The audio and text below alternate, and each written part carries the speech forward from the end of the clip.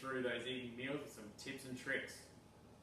An Australian version of cold rolls, which my family loves.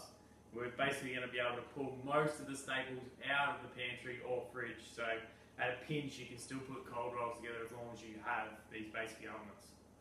Okay, so first step for our cold roll protein would be the pork belly, which we've got here. We're actually looking at making a salted spice mix, which is basically a very rough 5-spice and quite a bit of salt. And then we're basically tapping that out and coating the protein with it.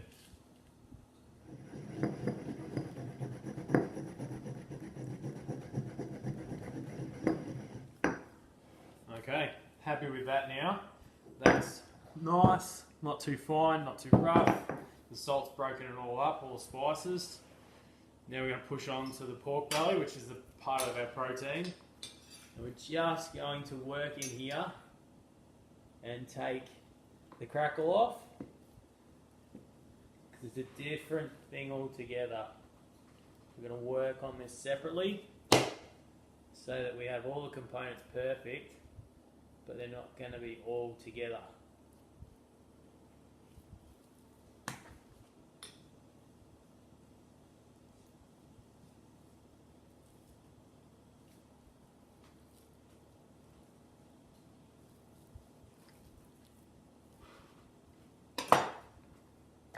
Okay, this over here. Alright. So now I've got the pork. We're basically going to rub in our salt into that. Maybe somewhere around a teaspoon, I'd say, in total. Smells pretty amazing at this point. And now we're going to work over to a hot pan. And straight in. Okay, so we have the pork crackle that we've just pulled off of that pork belly. Now I tend to work on it separately, simply because if we work on it separately, we can actually get a better product and more consistent cooking. So what we'll do, and it also speeds us up as well, so we'll basically carve this into, say, 1 centimetre by 5 centimetre fingers and pop them into the oven. Work on me cutting. So we've basically got shredded slices and into a hot pan or on baking paper, one or the other, and straight into the oven on 180. This will probably take about 15-20 minutes and they'll come out 100% crackle, not bits and pieces of crackle. Okay, so we're about halfway through and we've just turned the pork once. This is without the skin on it, and we've already salted it. We're just making sure we give it a good seal all over, and then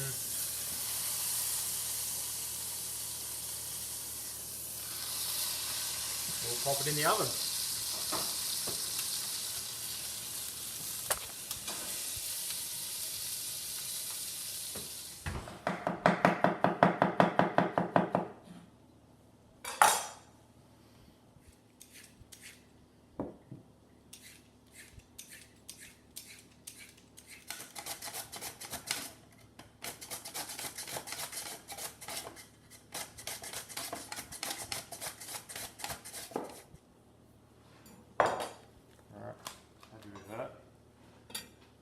So now we're hitting up the vegetable component of the dish.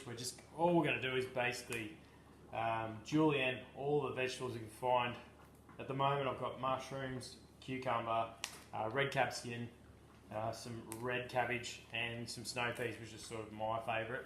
So the only difference is I like to blanch the snow peas. So basically topped them, then I'm going to come around here and quickly throw them into hot water.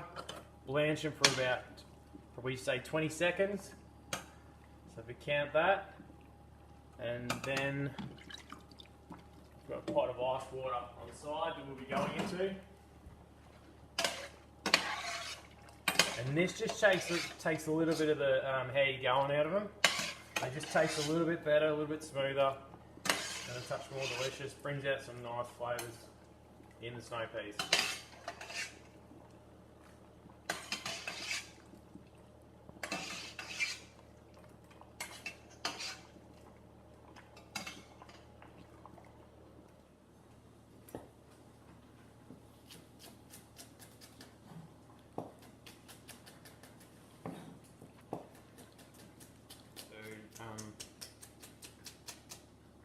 Alright, now we're about 15 minutes into the crackle going into the oven. I'm just going to pull it out now and just loosen it up on the pan.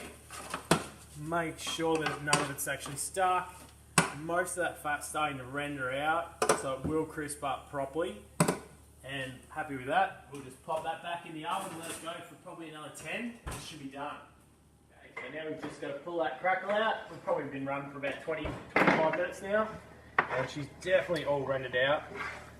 And like I say, because they're in smaller pieces, you can actually get it cooked a lot quicker and a lot more thoroughly. Pull it out, put it on paper towel. And if you want, we have a little salt mix here. We can then season it with a little bit of fresh salt. Okay, but that's the crackle component done. Something that's very important is vermicelli noodles. This recipe calls for bean thread noodles, which is a glass of cellophane noodle, not the rice noodles. Nice. There's a slight difference between the two. One comes up this nice, beautiful, silky sort of clear noodle that doesn't necessarily stick together, which works really well on a salad as well as the cold rolls. But the rice noodle is better for actual spring rolls where you deep fry them, things like that. So this one's definitely the bean thread noodle. That is exactly what we want for this recipe.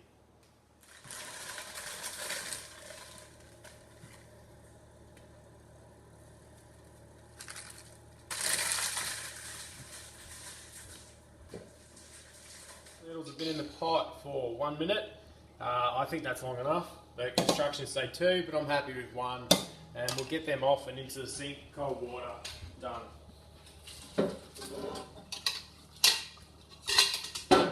So, this sauce is so simple. It's basically all the stuff that's in the pantry anyway. We're going 1/3 peanut butter and 1/3 hoisin sauce.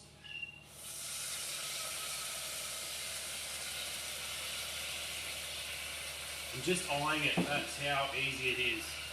Can't mess it up. Bomb proof. And then beyond that, all you'll do is basically cater it to your taste buds. I like mine really peanutty. Okay, so it's done now. It's basically a thick, it looks just like a thick satay sauce with some peanuts in it. But yeah, like I say, 1/3 hoisin, 1/3 peanut, 1/3 water. And it should just be nice, yeah, like a really nice peanut sauce. And that's the consistency. We'll hold on to the cold rolls when you dip it. So pork belly's pretty much done. We've gone for about half an hour now. Let's take him out. Might just give him a little turn.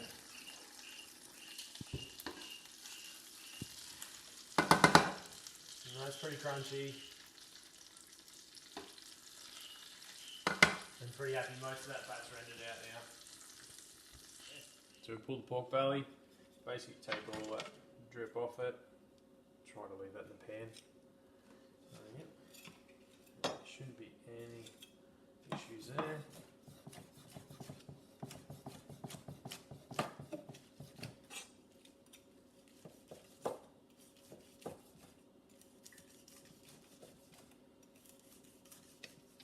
Rice paper rolls. So this is probably the most important part of the whole exercise. If we don't get this right, it's going to be a mess at the dinner table and nobody will be happy. At my dinner table we tend to all do it independently and you just put the share platter in the middle and then everyone picks out what they want. But I'll show you just how to go about it, or how I go about it. Everyone does it differently, let's just put it that way. I've never seen two people do it the same.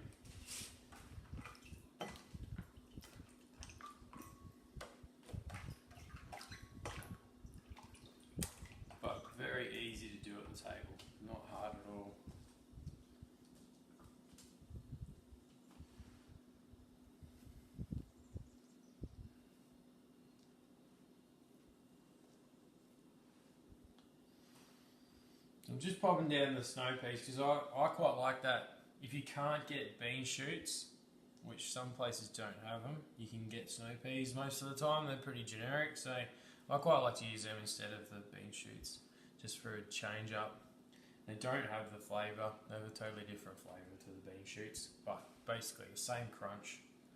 And most people like them, so happy days. We're just going to basically scatter some of the vegetables from each. And then I'm a bit of a fan of raw mushroom at this point. A bit of a fan of anything raw at this point. And then we go on with our piece of meat, which is nice and thinly cut. Okay, and then finish off with a nice little bit of vermicelli. Just be careful at this point. You can pack them really tightly if you're eating them at the dinner table, because you'll eat them straight away, but they tend to dry out. So if you're packing them for a dinner party or something the day before, or sorry, the morning before, be careful not to overpack them, because they will pick up that moisture and be pretty much useless to you. So at this point, they're just soft enough, not like stupidly translucent. They're still a little bit sticky. So I peel them back, you bugger, just to make a monkey out of me.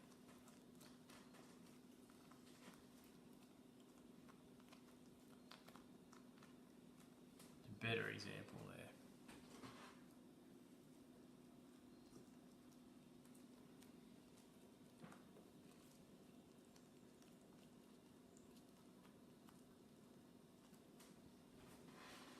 Now at this point, traditionally you put herbs into them, but as you've got kids and young family, you're probably aiming away from the herbs just to make sure everyone sort of gets their fill.